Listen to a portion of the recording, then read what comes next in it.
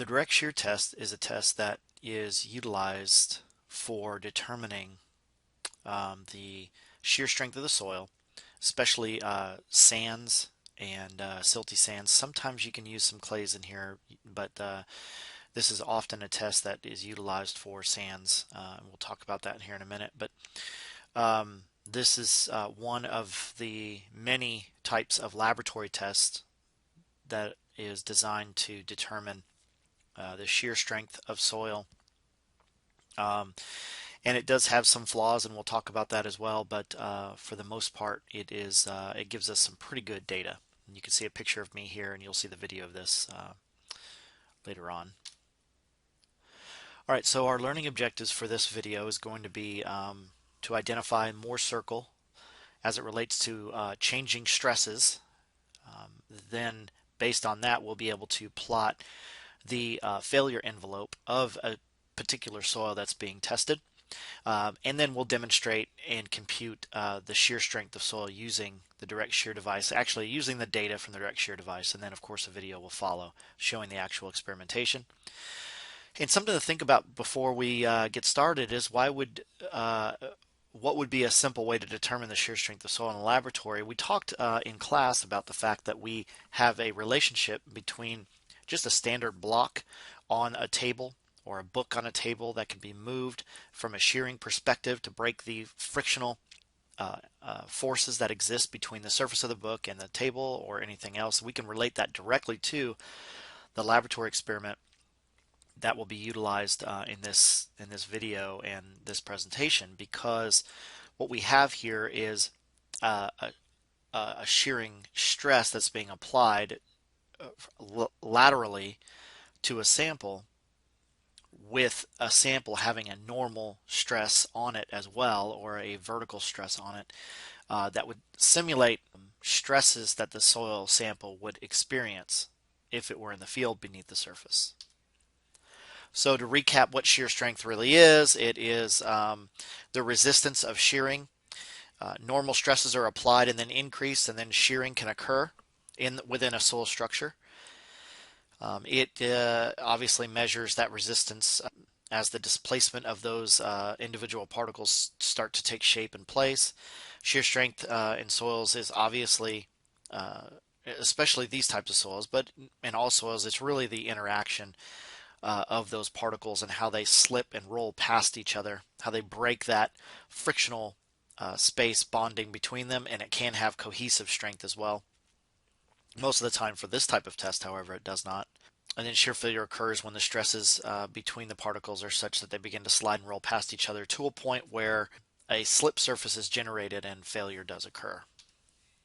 This was all developed by a combination of two theories. One was one developed by Coulomb a few hundred years ago in combination or in conjunction with what Mohr did just in the early 1900s.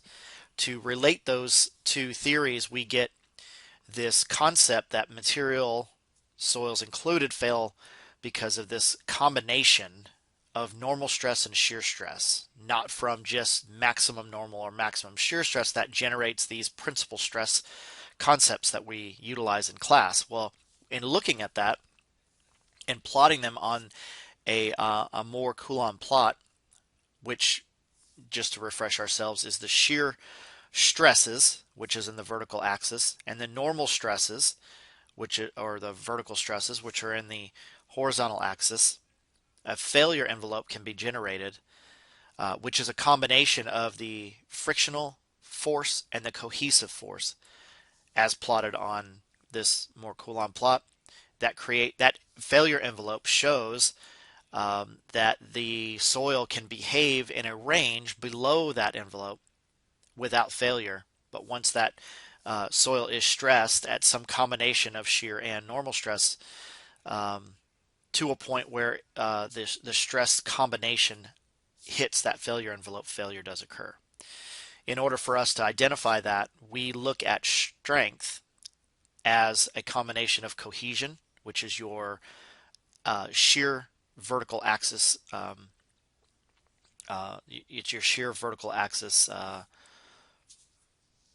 crossing plus the angle at which the failure envelope occurs, and that angle is called the internal angle of friction of the soil. And so the combination of the cohesive stress and the frictional stress are combined, and then we are reminded that the frictional component of the strength and failure stress is stress dependent, so that must be multiplied. The tangent of that angle must be multiplied by the amount of stresses that are occurring, and the cohesive stress is not dependent upon the stress. Okay. All right, so we're reminded again that this is very similar to the direct application of a block sliding on some surface. Normal stress is applied, and then shearing stress is then applied laterally to create some sort of failure plane that exists within that sample. So in order to do that, we have this direct shear test that is a pretty simple test to perform.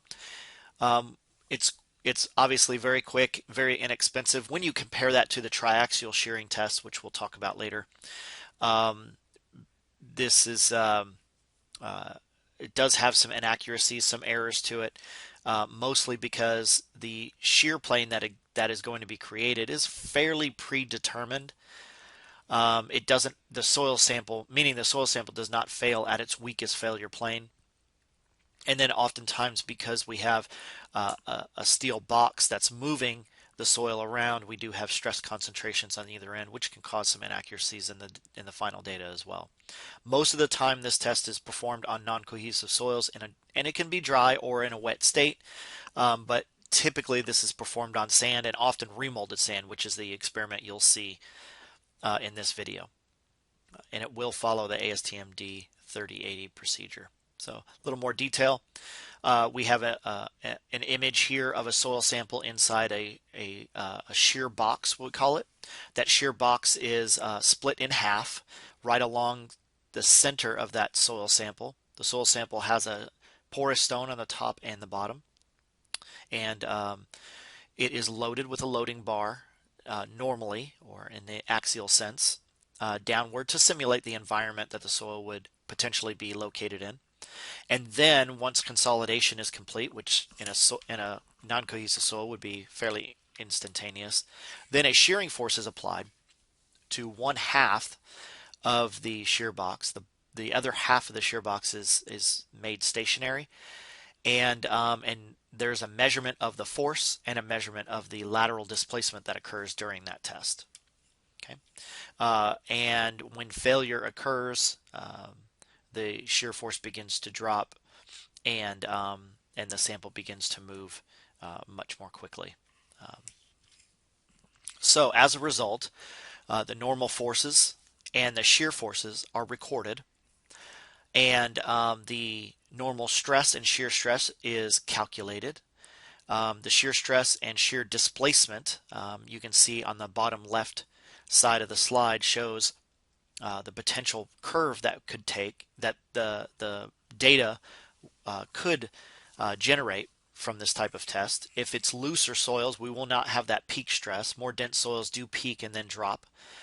And then we do, for the most part, the data comes to a constant value or an ultimate shear strength value. The peak strength is often what we utilize, and then what we utilize for initial failure, and the ultimate shear strength is utilized for residual failure, meaning if a landslide fails once, that is that peak strength, and it could potentially fail along that same surface again and again, but it would have lower strength now that failure has already occurred. We call that residual effects. Okay. The stress and strain curves, when plotted against each other on the upper right, which are pretty expected, they go until they become asymptotic in a horizontal fashion. And then the most important piece to this whole slide is the plot on the bottom right, which shows the failure envelope being generated by the calculated shear strength or shear stress and normal stresses that are plotted against each other on that Mohr-Coulomb failure, and then that Mohr-Coulomb plot, and then the failure envelope is generated by a line of best fit between those points that are plotted on this. Once that line of best fit is extended to the vertical axis, the cohesion is generated or determined, and the angle can be determined as well from this plot. And then we have all of the data that we need to generate the strength of that soil. So a little bit of information here. Obviously, when we have very dense soils, you will get some dilation or some changes in the vertical sense because you're basically generating along that slip surface a greater void ratio due to the rolling of soil grains past other soil grains. In looser soils, what essentially will occur is the consolidation of the particles around each other will generate contraction or reduction in the overall volume, which makes sense if you think about how the movement and the changing of the particles in a loose sense versus dense sense would occur. All right, so here's an example. The following results are from 4 drain direct shear tests in a normally consolidated clay, which again should have properties similar to a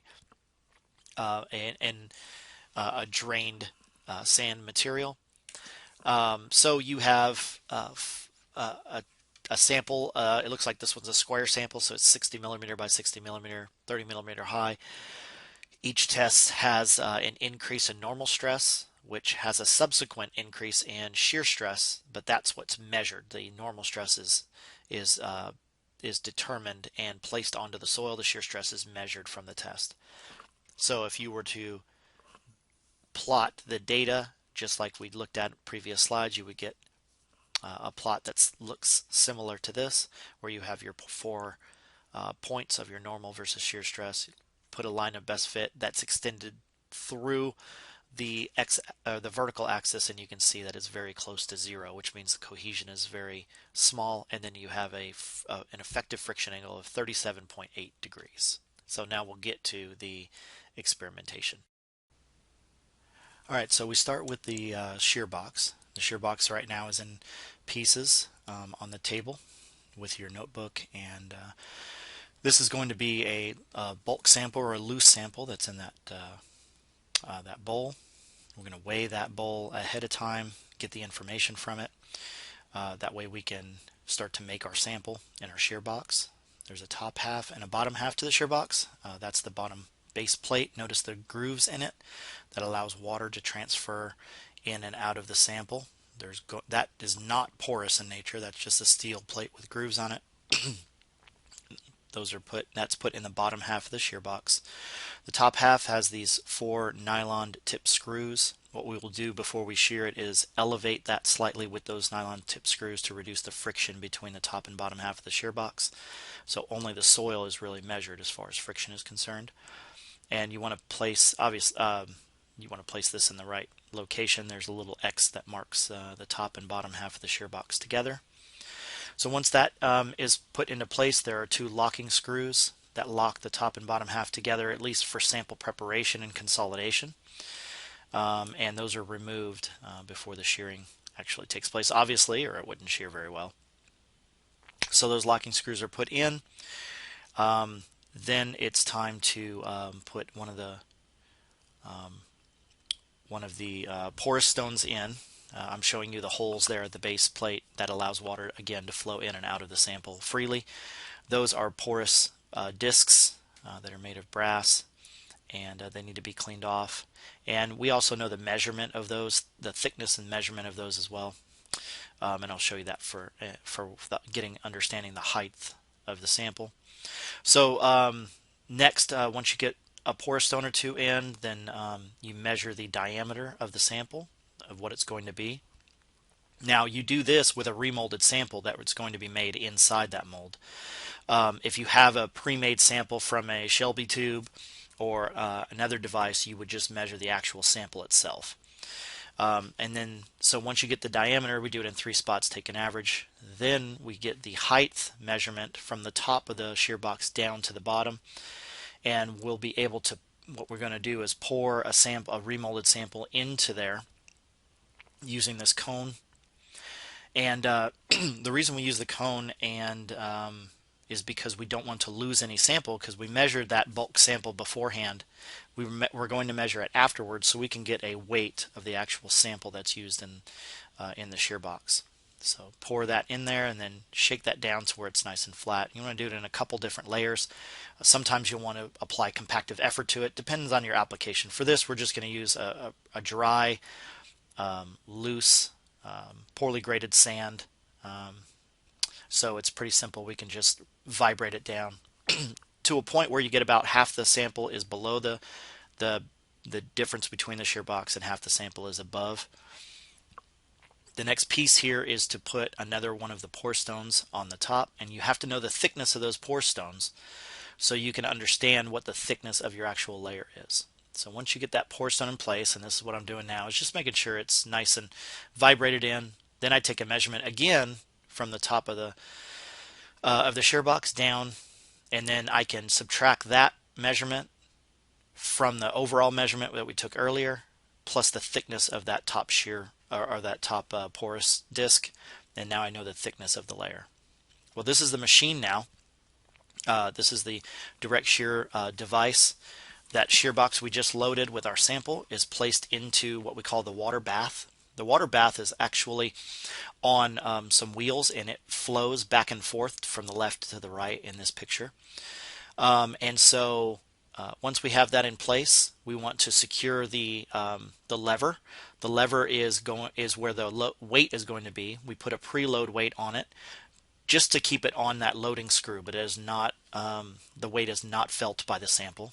Then we load up the cross beam on top of the sample to where it's not feeling any load, and then we place the top LVDT transducer on the top, and we're going to measure the deformation during consolidation, because the consolidation must occur first so we can simulate what's occurring in the field.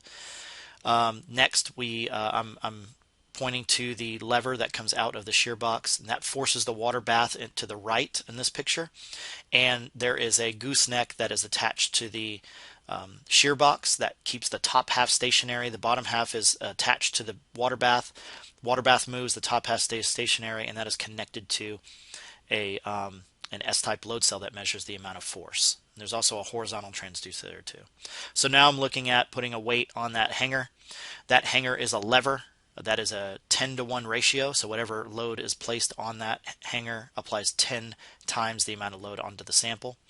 Now what I'm doing is reducing or letting the weight be applied to the sample itself, and we're measuring the deformation.